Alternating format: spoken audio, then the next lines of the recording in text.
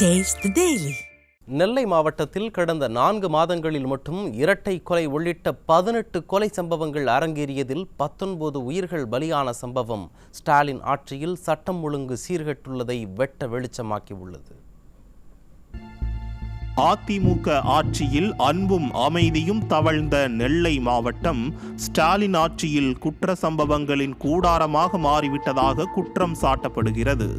இதற்கு சாட்சியாக கடந்த 4 மாதங்களில் மட்டும் நெல்லை மாநகர பகுதியில் இரட்டை கொலை உட்பட 6 சம்பவங்களில் 7 பேரும், புறநகர் பகுதியில் 12 கொலை சம்பவங்களில் 12 பேரும் கொல்லப்பட்டனர்.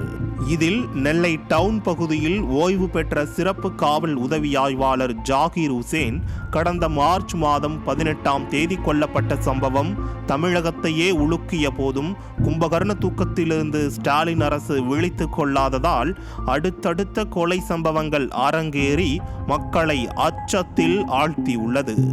இதில் கடந்த மாதத்தில் மட்டும் நெல்லையில் 6 கொலைகள் அடுத்தடுத்து நடந்துள்ளன.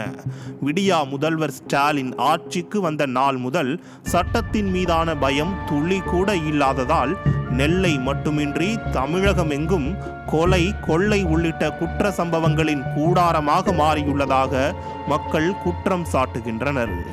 முன்விரோதம், சொத்து தகராறு, பணம் கொடுக்கல் வாங்கல், குடும்ப தகராறு என பல்வேறு காரணங்கள் சொல்லப்பட்டாலும் மதுபோதையே முக்கிய காரணம் என்று கூறப்படுகிறது. ஸ்டாலின் அரசு மது என்ற அரக்கனை அடக்காமல் அலட்சியமாக இருப்பதாலேயே குற்ற சம்பவங்கள் குறைவின்றி அரங்கேறி வருகிறது. குற்றவாளிகளை உடனடியாக கைது செய்வது போல் குற்றங்கள் நடக்காமல் தடுப்பதிலும் போலீசார் கவனம் செலுத்த வேண்டும்.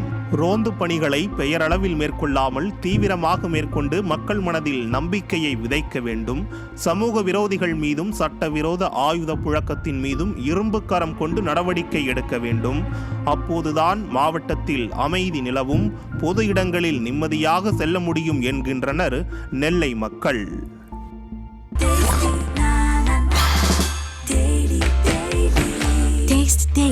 Taste the Daily.